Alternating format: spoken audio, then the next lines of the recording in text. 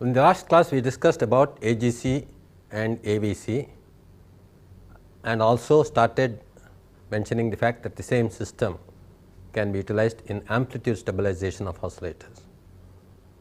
We have shown how that can be indicated by adjusting the loop gain to be exactly equal to 1 when the phase shift is the required value 0.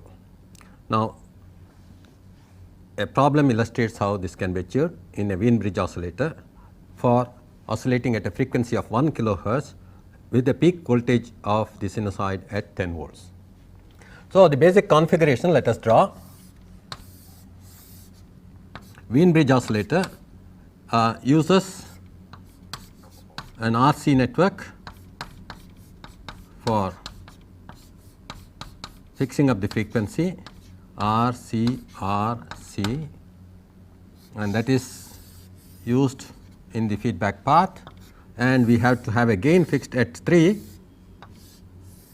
and that is, let us say, being done by a multiplier put in the feedback path.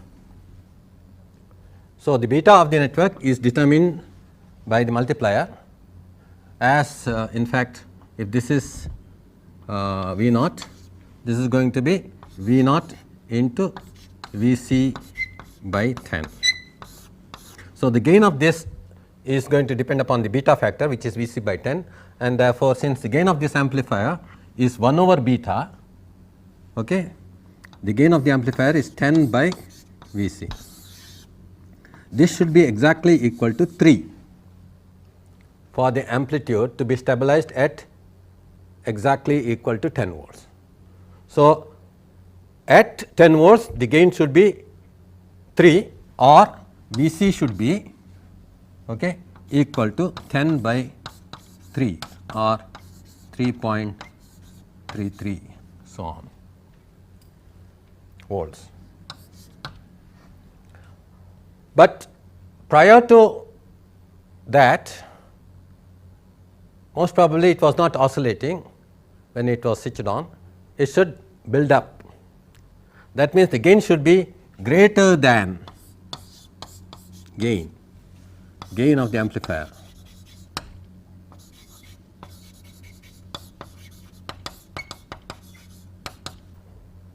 So, it should be greater than this 3.33, that is, the gain should be greater than 3. Okay. Let us say, therefore, Vc should be less than 3.33 volts. Gain should be greater than 3, and therefore, Vc should be less than 3.33 volts.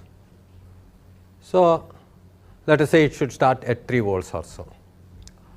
We can now put our AGC, AVC system here such that to start with this voltage is somewhere around 3 or so, let us say, and then it goes on to 3.33. So, we can have an arrangement where Vc starts with, let us say, 3, Vc initial is 3 and Vc final is 3.33, let us say. So, we must have an arrangement like that.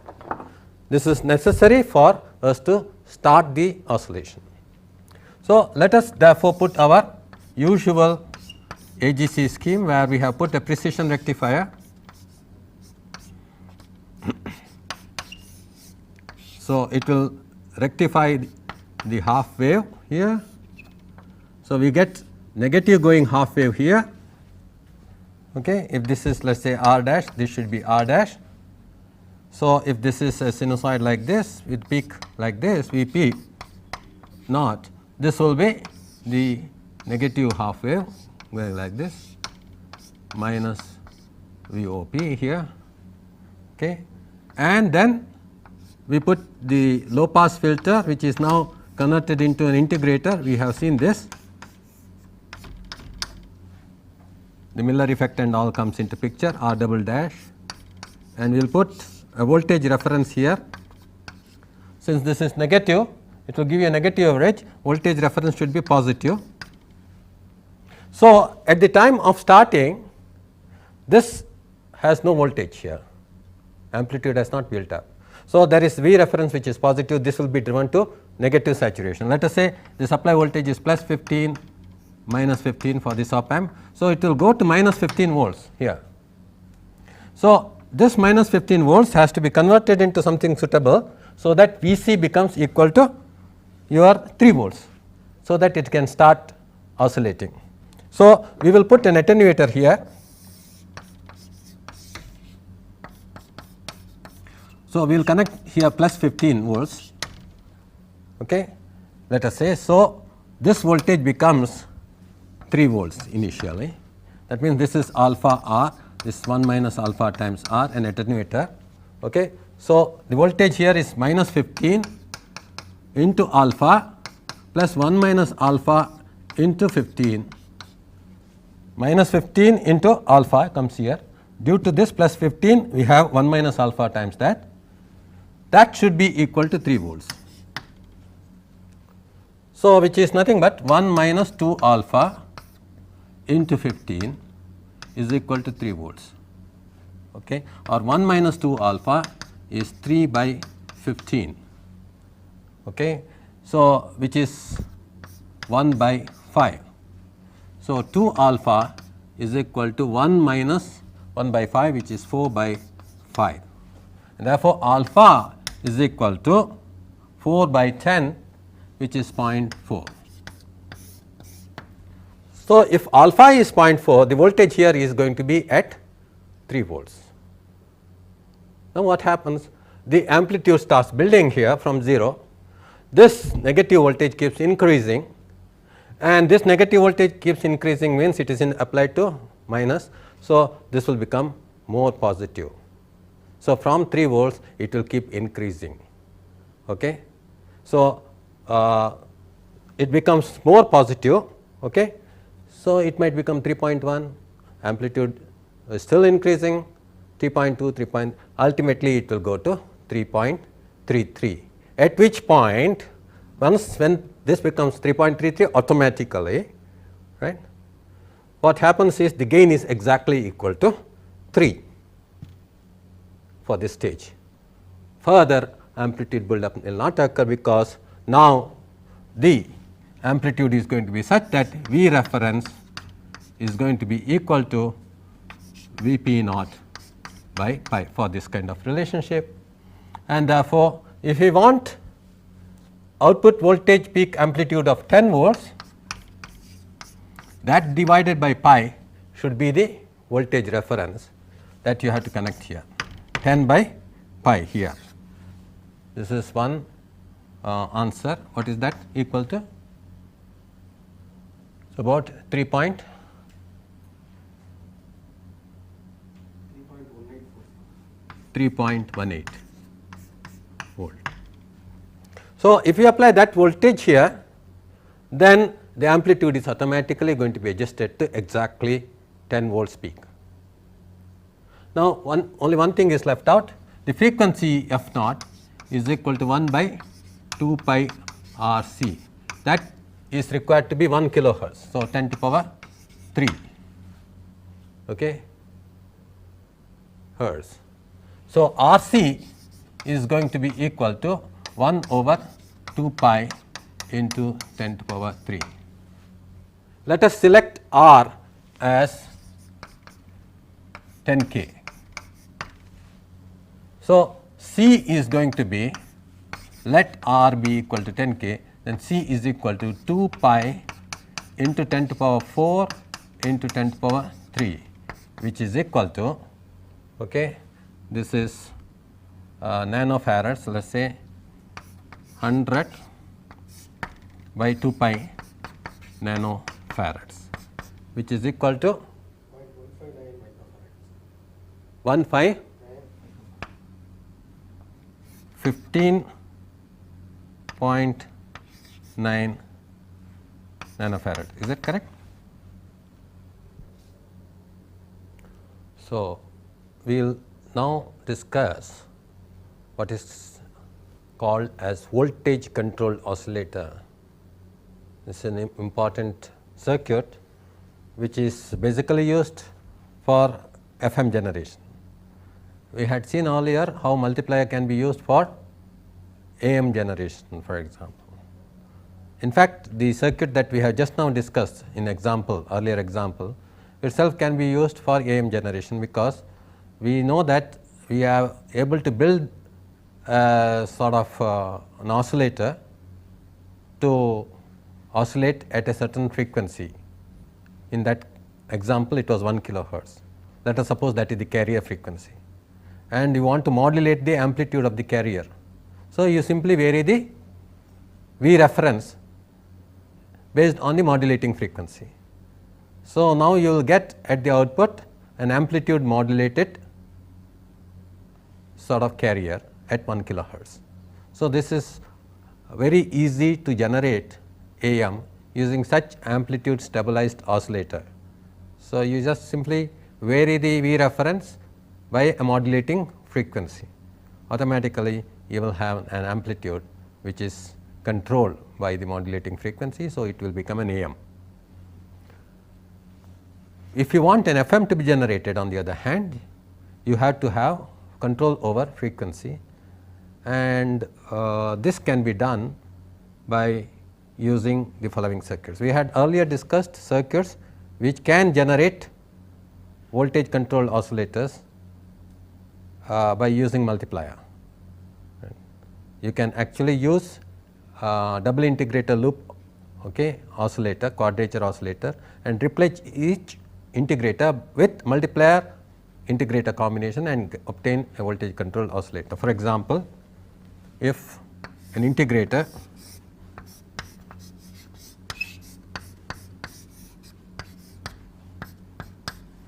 is being used, RC, and I put a multiplier along with it,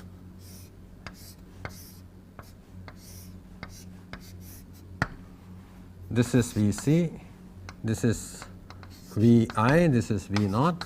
We know that V naught over Vi is equal to minus Vc by 10 SCR. This we had earlier itself indicated when we discussed filters and all that. Suppose therefore, we use another integrator like this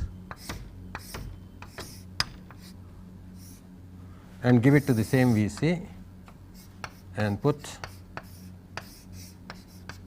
this integrator in the loop, right.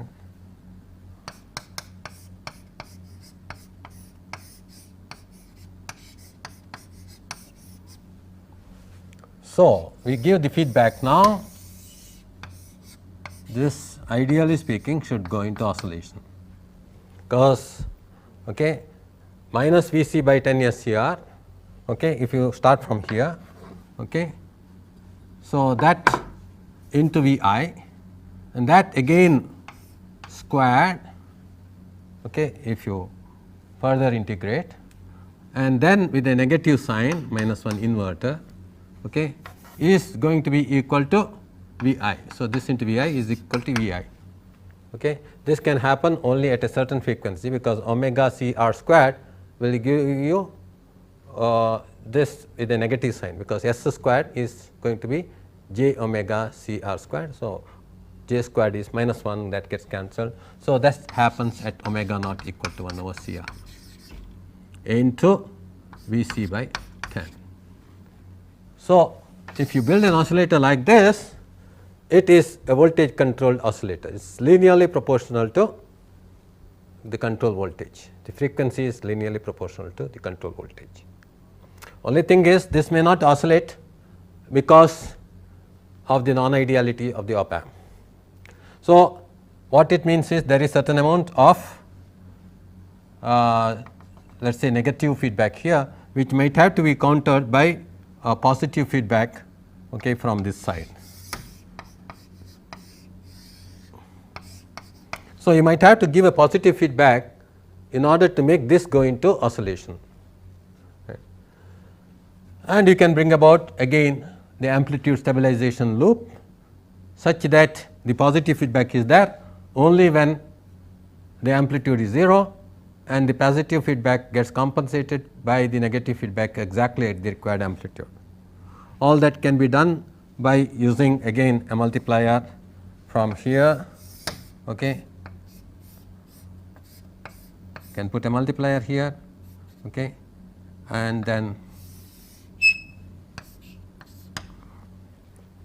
so this gives you negative feedback here, this one, this has given you fixed positive feedback.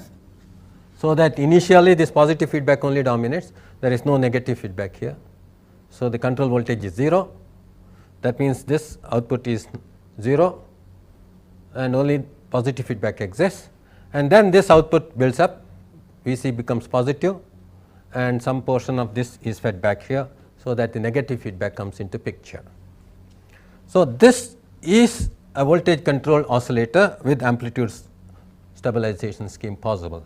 How do you stabilize amplitude? Once in this particular circuit, if this is Vp sin omega t, this output is going to be Vp cos omega t, because this is integrator, right.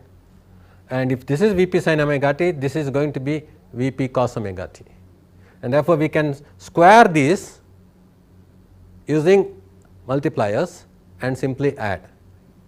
Therefore, the way to build this circuit is you just take these outputs,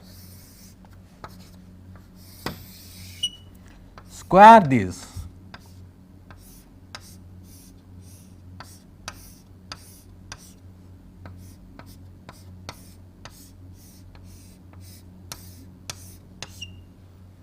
and add. Adding can be done by using just a resistive network like this. If this is done, this is Vp sin omega t, this is Vp cos omega t.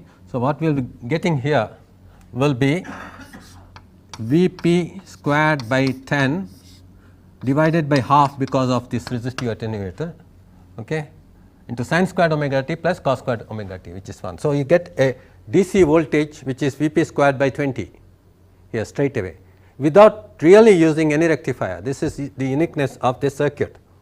Okay. This is why it is called quadrature oscillator.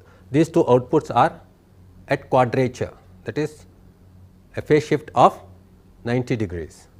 So, that can be exploited in getting an amplitude, okay, which is a DC dependent upon the amplitude Vp squared by 20, and this can be therefore compared by means of this comparator, okay, and we can actually V reference we can put, and this can be used to control the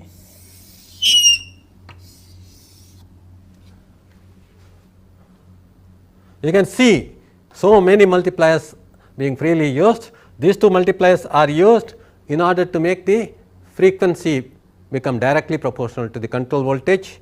This, let us say Vc dash, is primarily for amplitude control. So, this is something that will control the amplitude. Amplitude therefore, is going to be V reference when that becomes equal to Vp squared divided by 20, right.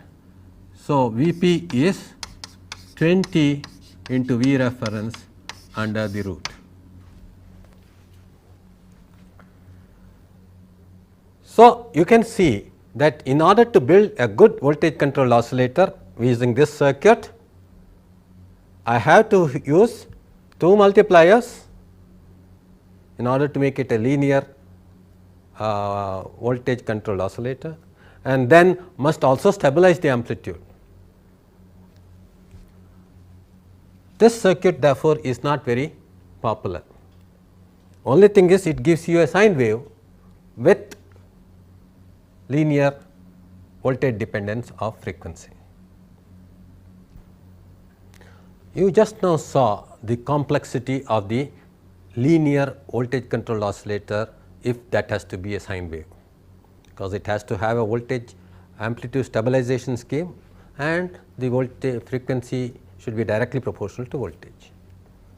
Normally, the VCOs that are abundantly used are not sinusoidal.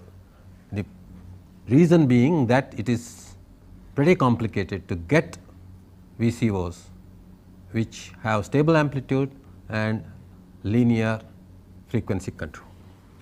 What is done is you use an integrator along with a Schmidt trigger.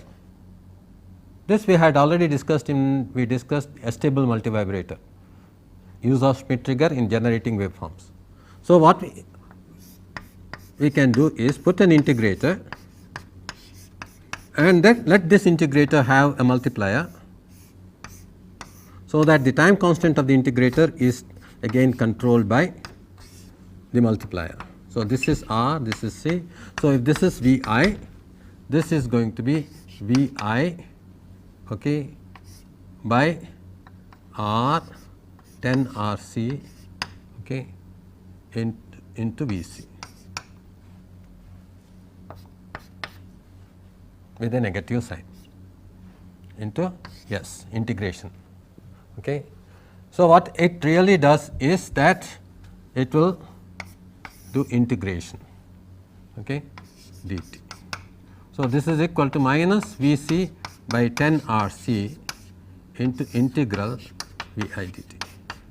So, now we will do the time domain analysis rather than Laplace, because this is going to be connected to a Schmidt trigger, okay, which is going to be a regenerative negative feedback circuit that we have discussed earlier. Let us say this is now plus positive feedback, local positive feedback is there, and therefore, this is R, this is let us say R, and then this is now connected to the input. Let us see what happens. So, because there is regenerative positive feedback here, output has got to be either at plus V supply. Let us say this is plus V supply and this is minus V supply. It is either plus V supply or minus V supply. It cannot be at any intermediate point, okay, because of the regenerative positive feedback. This is the Schmidt trigger.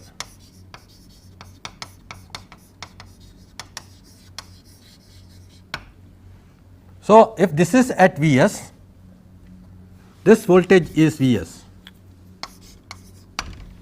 So, this particular thing is a constant voltage V s. So, it will integrate that. So, this is V s. So, it will be coming out of it and this will be simply T.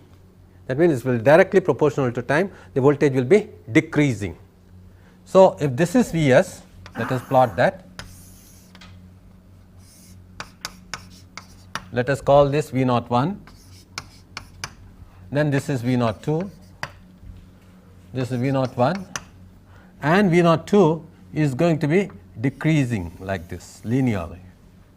What will be the rate at which it is decreasing? It will be minus V c by 10 R c, okay, minus V c by 10 R c into T, right. This is the way it is going to decrease. So, this is going on decreasing, this voltage is plus V s. As soon as this reaches minus V s, this voltage is going to become 0. That is the state in which this Schmidt trigger is going to change state from minus to plus. So, it will go to minus, okay, plus to minus here. So, this has gone to minus, okay. So, this will go from plus to minus at that point. So, this as soon as it reaches minus V s, okay, this particular thing will change state from plus V s, okay, to minus V s.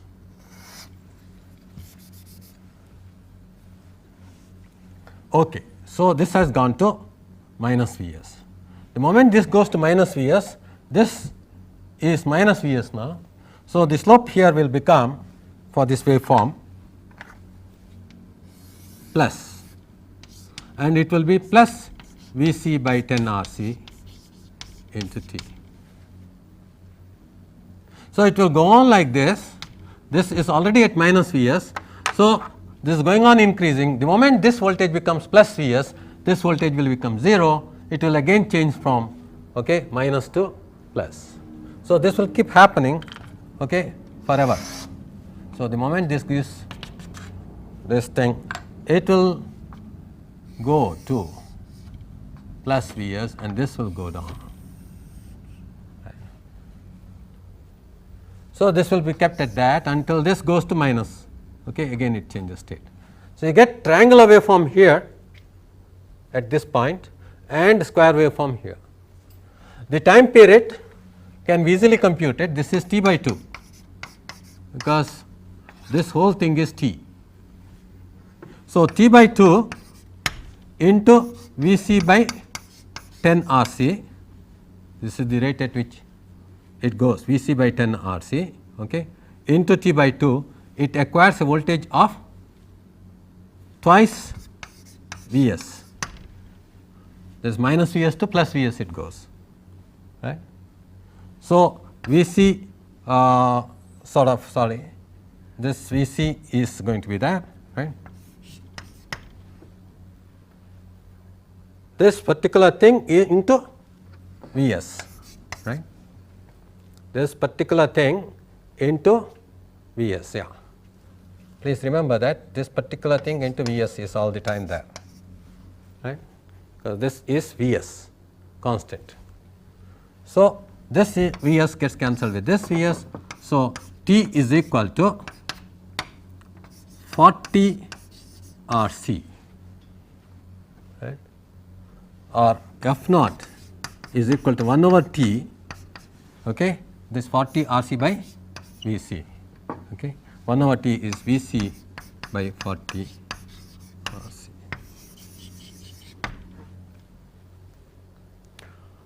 So,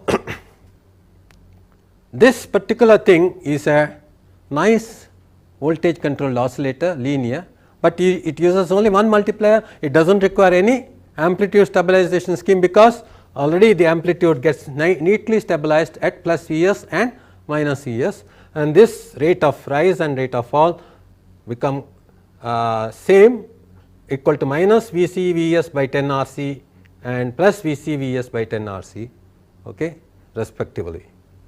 And therefore, this is a very popular circuit for generating FM, as I told you, and because here you give the modulating frequency here,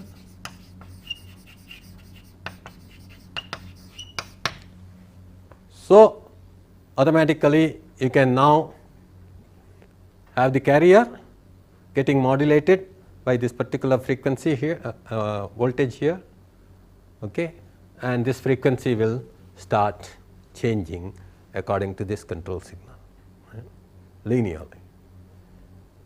So, this circuit can be also converted into its transistor counterpart, okay, wherein this portion is going to be replaced by a voltage controlled integrator. That means, you will have a voltage controlled current source driving a capacitor, that is all, okay, and a transistorized mid trigger. But the basic circuit is essentially this, okay, and it is this VCO which is very popular, and this entire circuit is normally called a function generation circuit, because it is giving you a square wave, a triangular wave, and also if you just put a function generator, in the sense diode function generator, to convert this triangular waveform into sine wave, that we had done long ago in the first part of our lectures. You can convert this sine wave, triangular wave into sine wave, you get all the three important waveforms, sine, square and triangle, with voltage control of frequency, okay. This chip is available as a function generator IC chip. Now, we will consider an important control loop, which is called phase lock loop, or PLL it is called. This has become very popular because of the fact that such a phase lock loop is available as an integrated circuit, and it can achieve a large number of communication as well as control systems like speed control, frequency synthesis, FM detection, AM detection, etc. Therefore, let us see the basic principle of what is called phase lock loop. Before we go to phase lock loop, I would like you to understand the basic principle of negative feedback as taught to you in control system. If xi is the input and xf is the feedback factor coming from the output, which is x naught, this is called error detector. In control systems, this is called error detector. This will give you an output which is xi, this is put here plus minus, saying that it will give xi minus xf as the error, and this is called the error amplifier. Therefore, x naught is going to be equal to the gain g times xi minus the feedback factor xf. This is how you have been writing your control loop, okay, equations, where x is any variable. So, this particular feedback factor, if it is h, this is the way the signal gets transmitted, output is fed back to the input. So, xf is equal to x naught into h, then this is equal to g into xi minus x naught into h. So, now from that we get x naught by xi is equal to g divided by 1 plus gh. This is an important control system equation which tells us that if gh is, this is called loop gain in our controls, our circuits, we have been calling this as loop gain. Okay.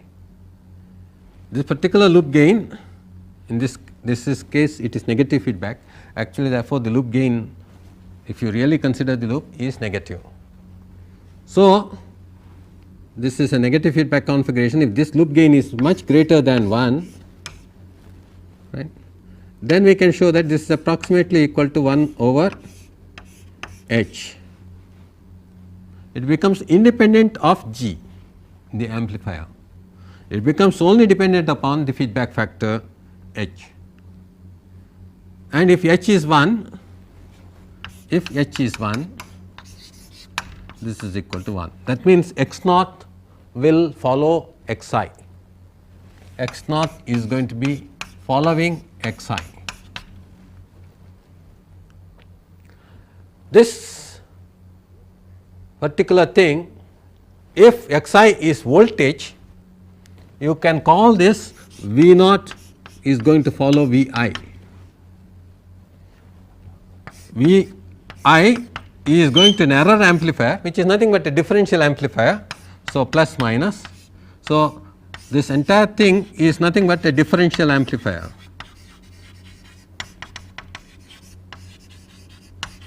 This error detector with G, and if I give feedback fully, V naught follows Vi.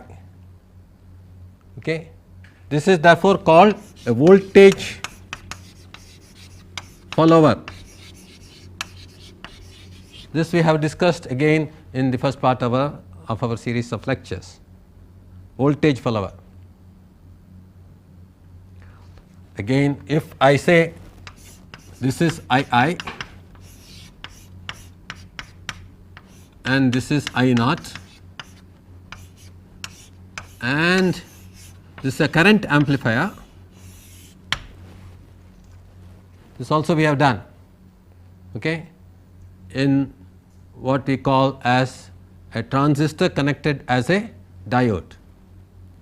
This error detector in fact can be very easily done by just merging this into a node, because then this particular thing is going to be, in fact, if the direction is changed, it will just give you I minus I naught as the error output. So, if you change the direction of the current here, the error detector becomes just a node. This is a current amplifier, and therefore, I naught is going to be very nearly equal to II. is therefore called a current follower.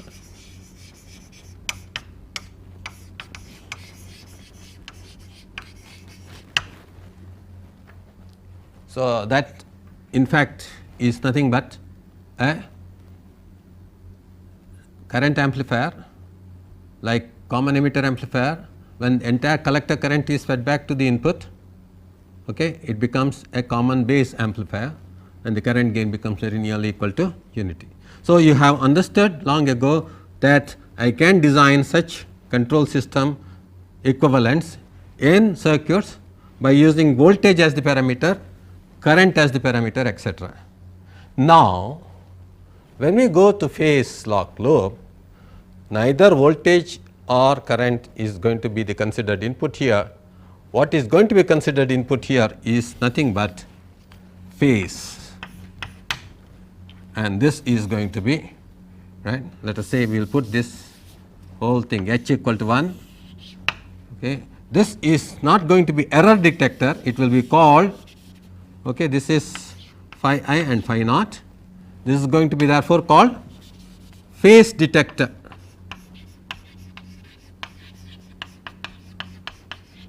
That means, a phase detector is something that when phase is given as the input, phase difference is given as the input, it will give a DC output corresponding to the phase difference. This DC output is amplified, okay, and this output of the amplifier has to be converted again into phase. So, what is that converts a DC voltage into phase? That is nothing but, okay, a VCO. How? Because when I apply a voltage, DC voltage here, you get a frequency. What is the relationship between frequency and phase? I know that if phase is phi, the frequency f is nothing but d phi by dt. Frequency and phase, they are linearly related. So, frequency phi f, okay, or actually speaking this is equal to omega in radians per second. It is nothing but d phi by, this is radian frequency, is nothing but d phi by dt, rate of change of phase. If you now put Laplace transform, omega is equal to s times phi, or omega by s is equal to phi. So, if I have frequency, I can say that if the frequency output is given to a phase detector, it will respond to phase change. And therefore, the basic building blocks of a phase lock loop will be a phase detector, a VCO, and an amplifier, and it should respond to only average here because DC I said. So, amplifier with a low pass filter.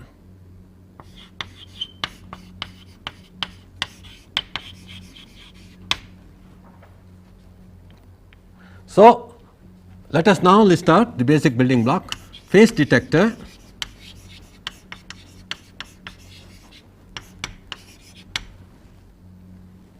amplifier plus low pass filter,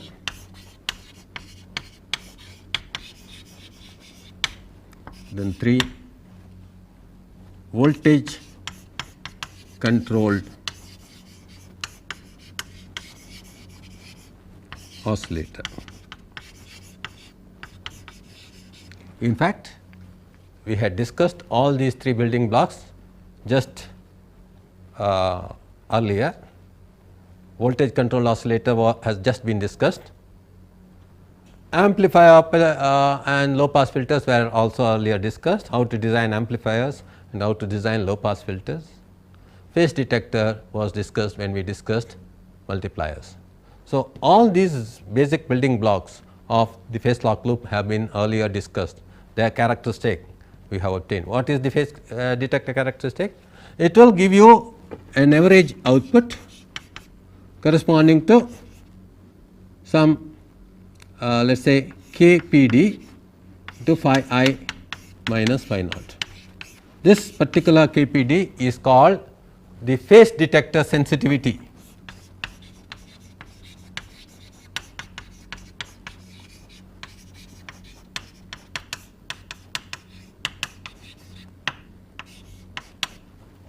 amplifier sensitivity is called gain. So, amplifier gain is called A naught DC gain. Low pass filter has a cutoff frequency. So, that low pass filter characteristic will be looking like this 1 by 1 plus S by omega low pass, first order low pass. This also we have discussed earlier. That is omega LP is the cutoff frequency of the low pass filter. Voltage control filter, voltage controlled oscillator also has a sensitivity. What is it? Frequency omega is dependent upon control voltage. If it is linear, okay, it will be directly proportional to the control voltage. So, this is called KVCO, this VCO sensitivity.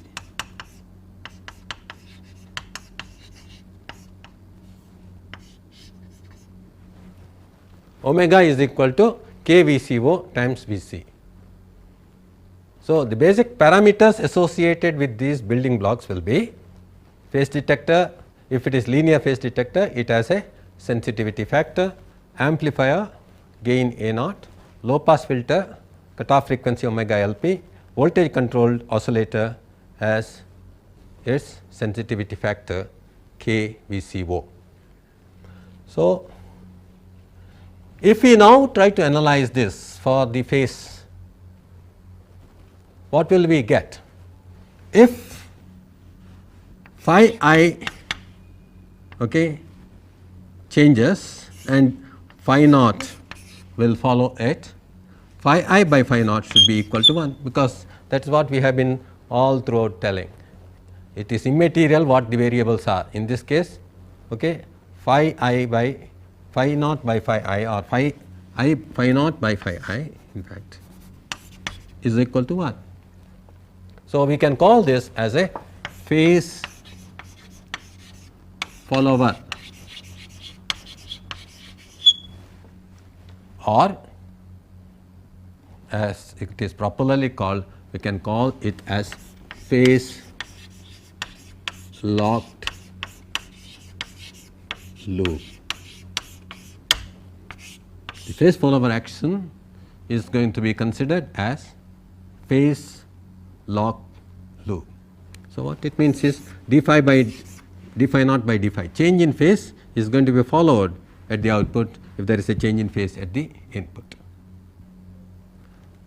We have just now seen how the phase lock loop comprises of 3 basic building blocks: a phase detector whose phase sensitivity is KPD, an amplifier with low pass filter, it is necessary, so that the output of the phase detector, which is really, this is actually a multiplier. So, it will comprise of both high frequency and low frequency component. It is the low frequency component, the average component to which output should respond. So, we have put an amplifier with low pass filter here, and then this DC or the low frequency input is controlling the VCO frequency.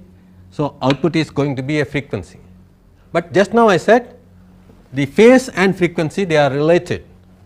Omega is d phi by dt, change of phase. That means, when I am using phase here in the analysis, this frequency omega should be converted into phase. That is done by dividing by S, because this omega is equal to phi into S, Laplace transform. Differentiation means multiplication by S. So, phi is equal to omega by S. So, KVCO by S is the transfer function of the VCO here, which will indicate that it is the phase that is of interest for the phase detector. That is the case now, we can do the analysis. Assumption is that only the phase is varying. Let us now see how this is going to respond. Phi I minus phi naught is the phase difference, and KPD into that is the DC voltage here, or low frequency voltage here, and that is getting amplified by A naught divided by 1 plus S by omega LP. that is the DC voltage appearing here, and kVCO by S is the phase conversion factor here. So, kVCO by S, and that should be equal to phi naught itself, right. So, this is exactly similar to our writing x naught is equal to xi minus x naught into G. This whole thing is going to be called as the gain or the loop gain. So, we will call this G into phi I minus phi naught. So, what do we get? We get phi naught by phi I equal to G by 1 plus G. If this loop gain is very high, this is going to be very nearly equal to 1. So, that is why we call this a phase follower. Phi naught is going to be followed, change in phase at the input is going to be followed at the output. Now, what is G? The loop gain here is nothing but KPD kVCO into A naught. So, that divided by S into 1 plus S by omega L. This factor, which is independent of frequency, is called the DC loop gain of the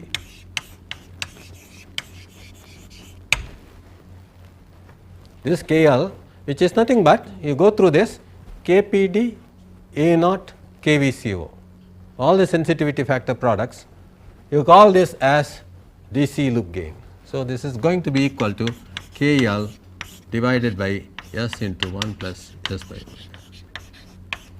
If you write, therefore, this equals 1 by 1 plus 1 over G, this is going to be 1 by 1 plus G is okay, here 1 over G S by KL plus S squared by KL into omega L.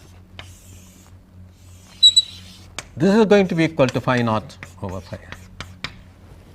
If all these factors can be ignored, if KL is very large, this is going to be equal to 1. So, but we have also shown that omega naught, okay,